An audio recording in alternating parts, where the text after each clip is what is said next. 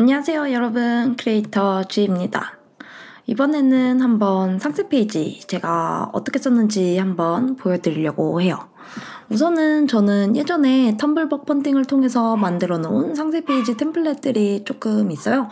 그래가지고 그거를 베이스로 쓰려고 했는데 최종적으로는 쓰지는 않았습니다. 왜냐하면 사실 뭐 이런 펀딩이라던가 뭐 어떤 거를 팔 때 내가 뭔가를 팔겠다라고 생각을 할 때 봐야 될 거는 그 사이트에 어떤 형식의 레퍼런스들이 있느냐, 그리고 어떤 게 많이 팔렸느냐, 그런 것들을 좀 봐야 돼요. 그래가지고 좀 이런 레퍼런스들을 찾아봐야 되는데 제일 좋은 거는 그냥 그 사이트에서 필터링을 해보는 거예요. 그랬을 때 킥스타터 같은 경우에는 그렇게 화려한 그래픽을 넣지 않더라고요. 예를 들어서 저희 한국 크라우드 펀딩 와디즈나 텀블벅 같은 경우에는, 텀블벅은 조금 그래도 좀 약한 편이에요. 근데 와디즈 같은 거 보면은 정말 화려해요. 막 GIF 빵빵빵 넣고 막 원 색깔에 막 그 그래픽이랑 문구랑 지금 당장 빨리 지금 안 사면 없음 뭐 이런 것들 굉장히 빵빵빵빵 넣어주는 편이에요. 근데 킥스타터 같은 경우에는 그렇진 않더라고요. 그냥 굉장히 베이직하게 노멀하게 이런 프로젝트 했는데 이런 식으로 지금까지 진행을 해왔다. 그리고 이렇게 킥스타트에서 이렇게 보여주려고 한다. 맞는 관심 달라. 그냥 이렇게 베이직하게 노멀하게 하더라고요. 그래가지고 저도 그냥 그렇게 하기로 했어요. 그래서 상세 페이지 템플릿 만들어 놨었는데 거의 쓰지 않았습니다. 대신에 저는 이 컨텐츠에 조금 더 집중을 해야겠다라고 생각을 했어요. 어떤 식으로 집중을 해야 되냐, 결국에는 어떤 내용을 넣을 것이냐예요. 그래서 우선은 제가 어떤 내용을 넣고 싶은지 블랙 포인트로 작성을 해보았어요. 우선 한국어로 작성을 했어요. 우선은 대체적으로 제가 지금까지 한 번도 제 프로젝트에 대해서 개요에 대해서 말씀을 드린 적이 없어요. 이 프로젝트는 조선시대의 성교육 문화예요. 예를 들어서 지금 현대시대 같은 경우에는 성교육 어떻게 하나요? 뭐 학교에서 뭐 영상자료라던가 뭐 교과서 막 이런 게 있고 뭐 만화책 이런 것도 있고 뭐 비디오 뭐 이런 것들 막 많이 있죠. 뭐 인터넷에서 막 조금만 서칭을 하면 바로 나와요. 근데 과연 조선시대에서는 어떤 식으로 성교육을 했을까? 사람들한테. 생각해 보신 적 있나요? 아마 몇몇 분들은 있으실 거예요. 그리고 좀 들어보셨을 거예요. 추나첩. 추나첩은 많이 아시겠지만, 성행위를 하는 것들을 그림으로 표현한 거예요. 근데 그 추나첩을 그린 작가가 굉장히 유명한 두 분이 있어요. 바로 김홍도랑 신윤복입니다. 그래가지고 이 두 분이 그린 추나첩 10장씩, 그래서 총 20장, 그리고 작자 미상인 추나첩을 그린 작자 미상인 추나첩 그림 총 20장, 10장 이렇게 해가지고 총 40장을 구했어요. 그래가지고 이거를 제가 사진첩으로 묶어가지고 내려고 합니다. 그래서 이거를 이북으로도 내고 피지컬 북 양장본으로도 내가지고 이거를 한번 제작을 해보려고 해요.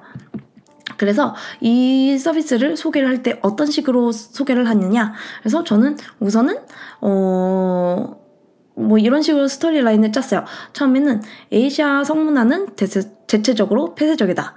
그리고 조선시대 한국에서 몇 년 전, 조선시대면은 리서치를 해보니까 1300년에서 1910년까지 굉장히 오랜 그 기간이죠. 14세기부터 시작을 했다고 볼 수 있어요. 그래서 14세기의 한국 타임이다, 조선시대는.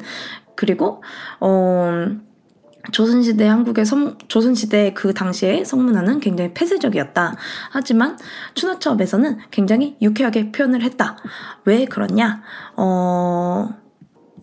그거는 조선시대에서도 막연하게 정말 숨겨야 할 것으로만은 보지 않았기 때문이다. 조선시대 대체적인 문화가 굉장히 유쾌한, 사람들이 유쾌한 생활상을 표현했었기 때문이다.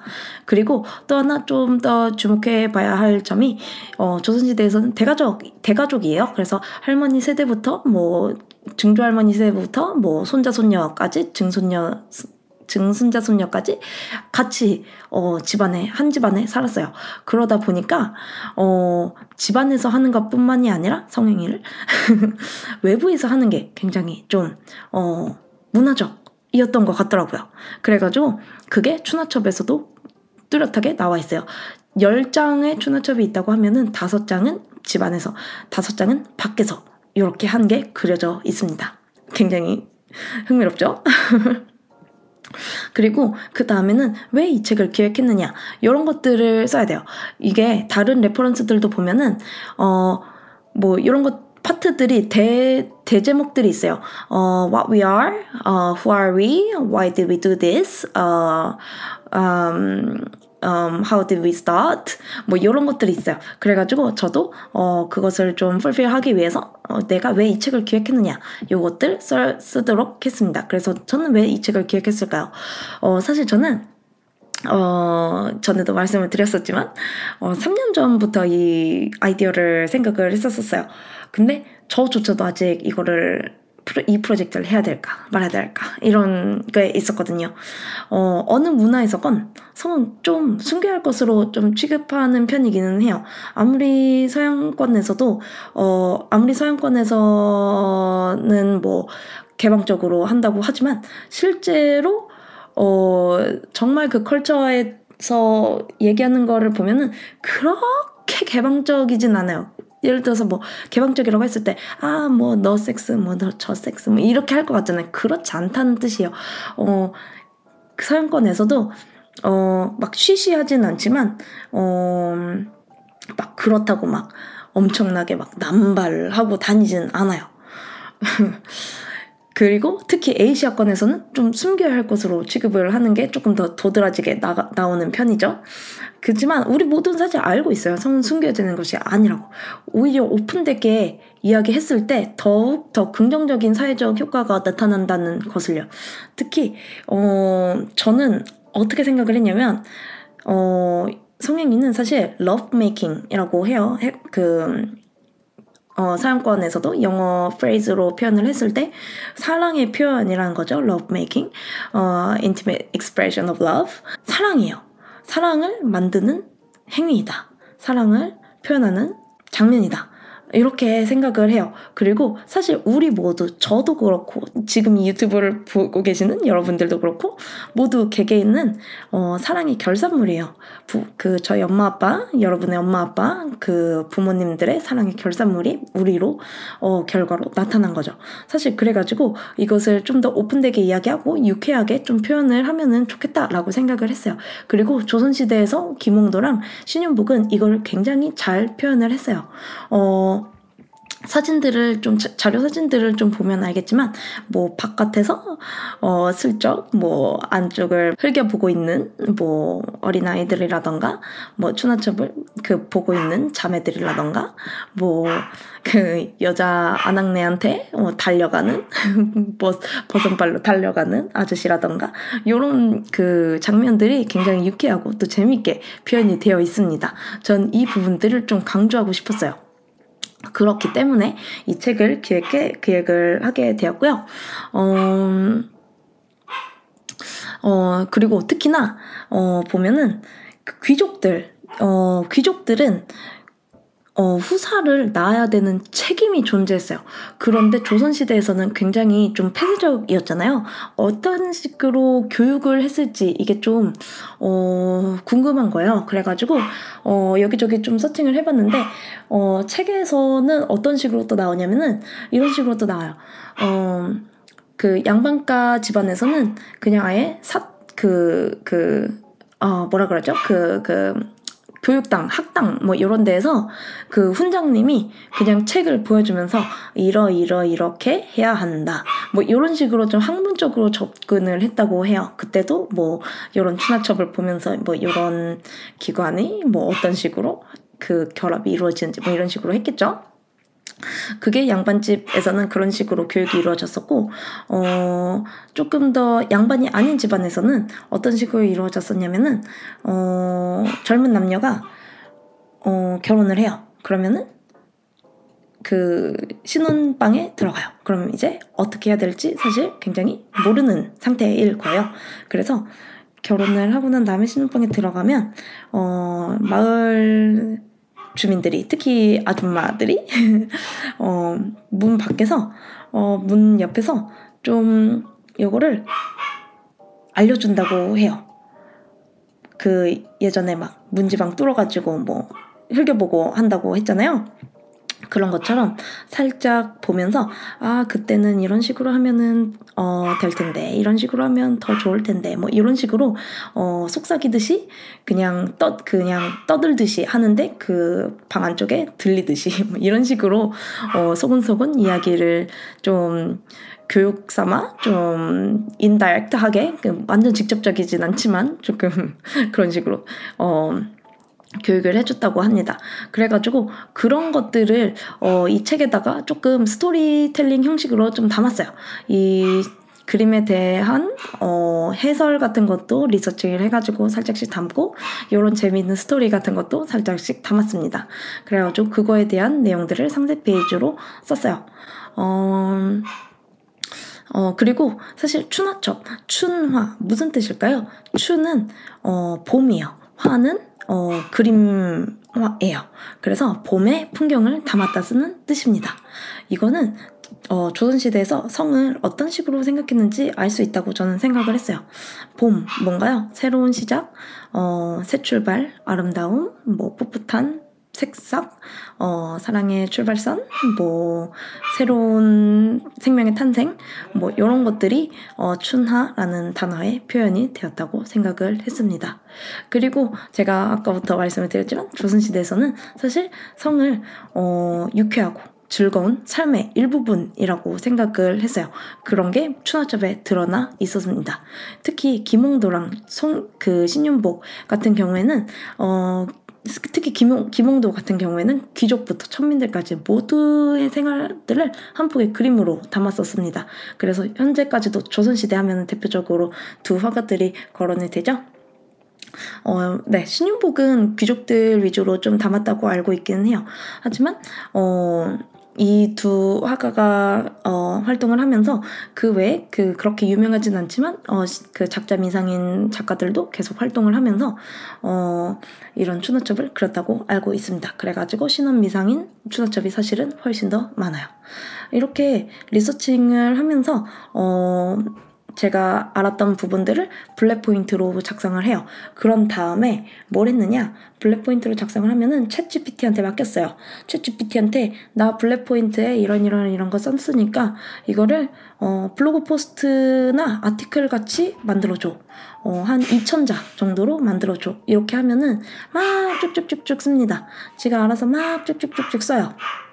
그러면은 그거를 한번 쭉 읽어보는 거예요. 근데 사실 보면은 GPT가 똑똑하긴 한데 전부 다 마음에 들지는 않아요. 특히 제가 한국어로 블랙 포인트를 작성을 하고 챗GPT는 영어로 작성을 하라고 했어요. 왜냐면은 킥스타터는 아무래도 영문으로 써야 되기 때문에 한글로 번역을 하는 게 의미가 없어요. 그래서 한국어로 블랙 포인트를 작성을 했지만 Please write in English 해가지고 English 포스팅으로 아티클로 프레이즈 작성을 했습니다. 강아지가 많이 짖네요. 그래가지고 이렇게 했는데 블랙 포인트가 굉장히 많아요. 제가 쓰고 싶은 말들도 많고 챗 GPT한테 맡기면은 챗 GPT가 알아서 그냥 내용들을 조금 더 짬뽕 해줘가지고 콘텐츠를 굉장히 풍부하게 해줍니다. 근데 그 중간중간에 정확하지 않은 정보들도 있고 물론 정확한 정보들이 더 많지만 정확하지 않은 정보들도 있고 그 정보들 중에 좀 중복되는 정보들이 있어요. 그래가지고 그것들을 좀 더 삭제를 해줘야 됩니다. 제가 화면 리코딩 한 걸 보면은 블랙 포인트는 뭐 5개에서 뭐 7개 사이인데 뭐 아티클 같은 경우는 2,000자로 만들어내달라 했으니까 굉장히 좀 길게 써준 걸 볼 수 있어요.